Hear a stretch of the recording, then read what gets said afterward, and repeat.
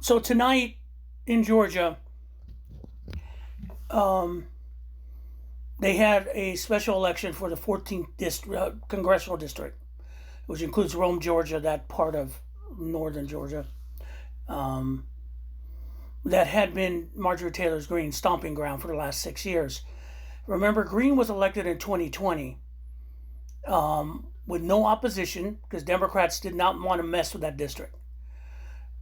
The 14th district is basically a bunch of people who actually have they don't stand for anything other than if they have an R by their name, they will vote for them. That's who they are. And that's true. I mean, if you look to the run up to the special election, many of the the Republican committee around there was worried, because they didn't want a Democrat to win. They wanted to make sure Republicans win. They didn't give a fuck about the gas prices, MAGA, Epstein, nothing. It's the Republican has to win. That's it. That's all they cared about. So last election, Sean Harris, the Democrat, who was a former brigadier general, ran against Marjorie Taylor Greene and got his ass handed to him. Even with all the shit going on, she won easily because it's a Republican district. And as you know, Marjorie Taylor Greene has had her problems now, and she resigned. Now, I don't know why. I still think she's playing for something in the post-Trump era world, but that's neither here nor there right now. So what's going on tonight, on March 10th, 2026, they had a special election. And a whole bunch of Republicans. And one of them, Clay Fuller, was anointed by Donald Trump as the savior for the 14th district. And Sean Fuller ran. There were only 3 Democrats, a whole bunch of Republicans. Now, the Republicans might have split the vote, but not by that much. There wasn't that many bodies that split away from Clay Fuller. And in Georgia, the way it goes, even in regular elections, you have to carry over 50% of the vote, 51%, in order to be declared victor or to go to a runoff. Well, surprise, surprise, Sean Fuller has 37% of this vote right now. And Clay Fuller has 35. And they're going to a runoff. And that's not good for Republicans. That's really bad. Because remember, this is not a primary. This is both sides, everyone voting.